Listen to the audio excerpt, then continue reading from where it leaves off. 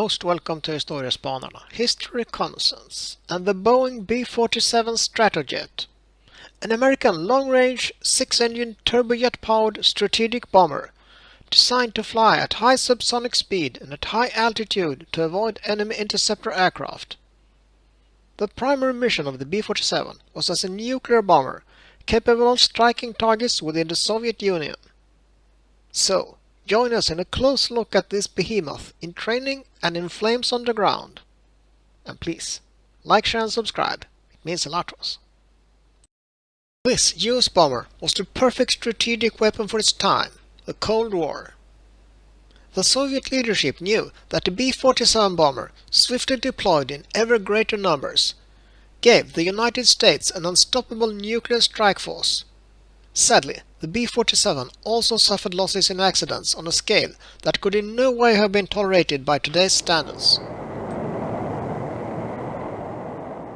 The B-47 was designed to carry crew of 3 in a pressurized forward compartment, a pilot and co-pilot in tandem, in a long fighter-style bubble canopy, and a navigator-bombardier in a compartment in the nose.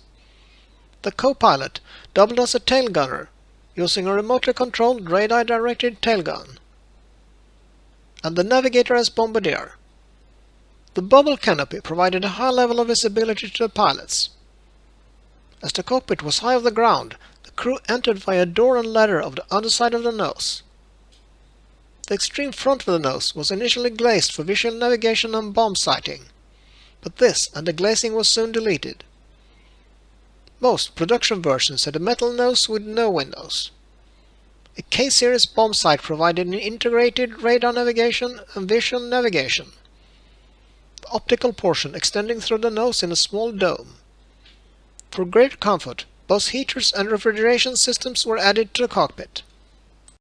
For the first time in any set of requirements, ease of maintenance was a priority consideration. Designers and engineers all over the country analyzed the requirements in terms of the data available in 1943. They worked with slipsticks, drafting boards, wind tunnels. It was common knowledge that the piston pounders of the day attained their optimum range and performance at a moderate speed and in the lower altitudes. One of the most discouraging features of the jet engine was its staggering fuel consumption. This generated some also-provoking problems of range and extremely high gross weights. By November 1945, the present configuration and arrangement was pretty well firmed up, and Boeing began to build 2 prototypes incorporating a 35-degree angle of sweep in the wing. On December 17, 1947, 44 years to the day after the Wright brothers made aviation an airborne reality at Kitty Hawk Beach, the jet bomber idea went on trial. The Stratojet was all set to try its wings, and they worked.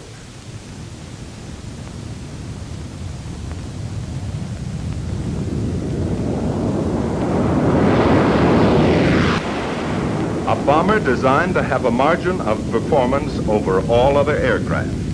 An offensive flying machine designed to aggravate the interception problem of fighters and frustrate every possible defense for years to come.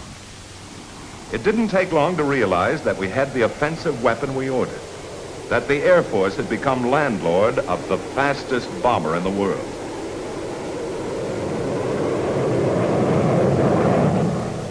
The first airplanes that rolled off the assembly lines at Wichita were subjected to intensive tests by a composite group of Air Force specialists. They learned the airplane the hard way during extensive, sometimes merciless operational suitability tests. A lot of plain old hard work to learn if it was a safe airplane, how to maintain it, what supplies, facilities, and personnel were needed. The test program paid off in a big way for the Air Force. For instance, they learned some very important facts about landing. Don't land the front gear first. If you do, the rear gear is forced down and the airplane is flying again at a dangerous angle of attack. Under normal conditions, don't pull the drag chute in the air, because it will decelerate the plane into a stall condition and may prove dangerous if the plane is too high. The chute can correct for many things in a landing, such as drifting in a crosswind, bounce on landing, or too fast an approach. However, it should not be used as a pilot error corrective measure. With their test, the men of the project were able to discover many of the shortcomings and limitations of the B-47 early, so that the manufacturer could correct for them and minimize the modifications necessary on the mass production model. Flying the aircraft at approach and landing speeds was demanding because the engines were so slow to accelerate. From 1953 to 1959, B-47s suffered 296 Class A and B mishaps, resulting in 242 fatalities. Most of these crashes came down to human error, with pilots assigned principal blame. There were many reasons for this. The 3-man crew flew a vastly more complicated aircraft than had the 10-man crews of the B-29 or B-50. It was easy for any crewman, particularly the aircraft commander, to have his attention diverted momentarily from the task of flying the aircraft, and missions sometimes ran 24 hours. Crew coordination was essential and could be easily disrupted when an emergency occurred. Yet, attention to flight control was absolutely critical at all times. The extremely clean lines of the B-47 enabled both its performance and its problems. A pilot concentrating on new situations, course change, sudden red light, radio instructions, anything, might let his attention wander off for a few seconds and find himself banking in a dive that pushed his speed to a point where recovery was impossible. This proved to be a frequent scenario during instrument flight. 1. A general misuse of flight controls during takeoff. 2. An improper technique during crosswind takeoffs. 3. The pilot, while being aware of the change in trim tab system for early model aircraft, did carelessly extract the wrong information from the pilot's handbook. I've long since come to the conclusion that nothing can be taken for granted. And for obvious reasons, I agree with Marilyn. I hate a careless man. Careless? Well, such insensitive jokes were surely not appreciated by the pilots losing their lives in the line of duty.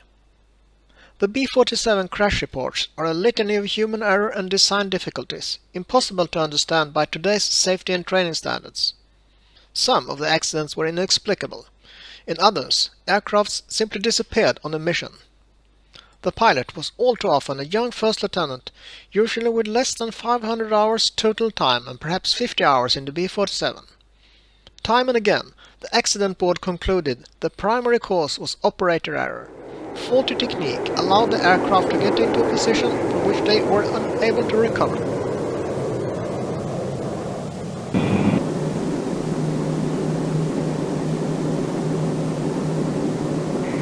Once you're lined up on the runway, all you need is a final check and power for the takeoff roll.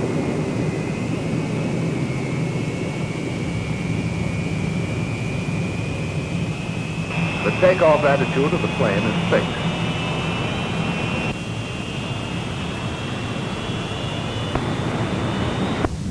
You always take off and land with full flaps.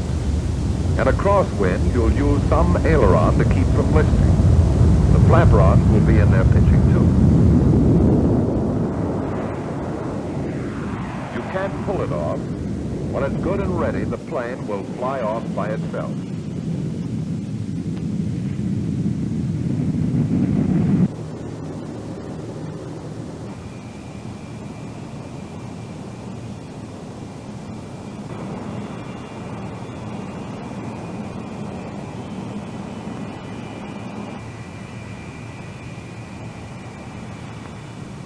Because of the inefficiency of jet engines at low air speeds, the plane requires a considerably longer ground roll. The airplane was designed to have a maximum gross takeoff weight of over 180,000 pounds. Gross weight, runway elevation, and outside air temperature have a large effect on takeoff distance. So, under certain conditions, the B-47 needs some sort of assistance for takeoff. In your mission plan, you determined your optimum speed for firing the units. When you're ready, they fire simultaneously by a single switch.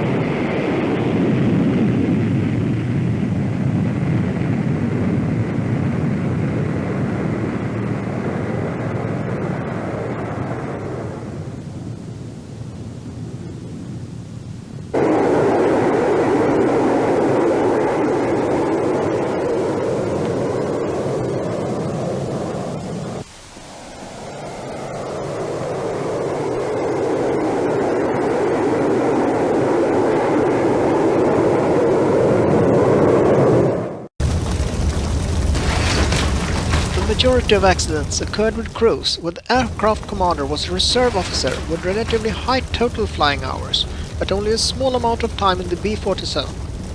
In addition, records show that mishap pilots usually had a limited amount of instrument and night flying time.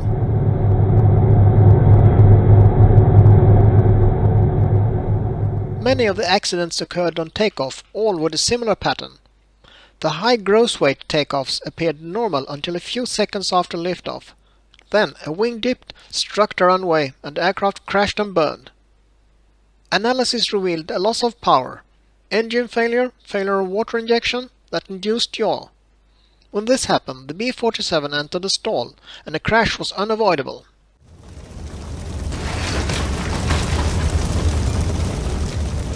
Takeoff crashes also resulted from incorrect pre-flight planning. In one instance, the aircraft commander failed to include the weight of 2,200 gallons of external fuel in his calculations. Rotated too soon, stalled and crashed. In another, the crew set the elevator trim incorrectly because it was using an outdated manual. The B-47 required much closer attention than previous aircraft to pre-flight planning, fuel distribution, trim settings, and airspeed control. It was deceptively easy to fly, but extremely precise operation was required during takeoff, in-flight refueling, instrument flight and landing.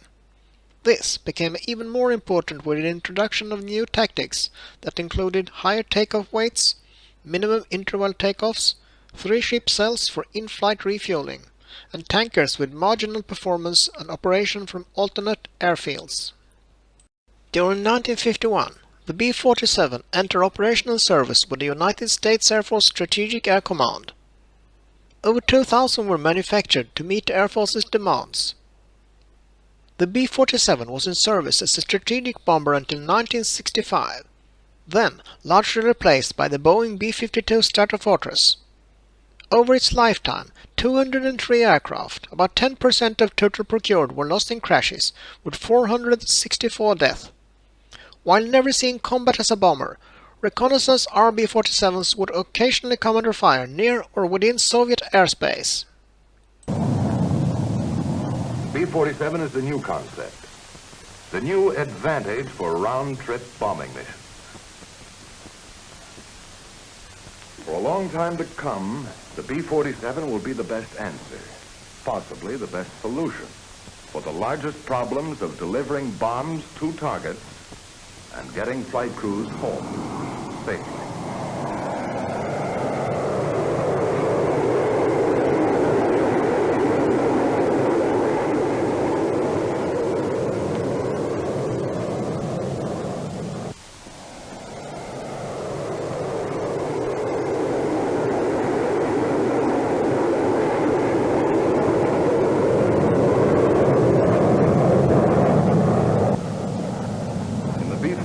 Your greatest asset is speed.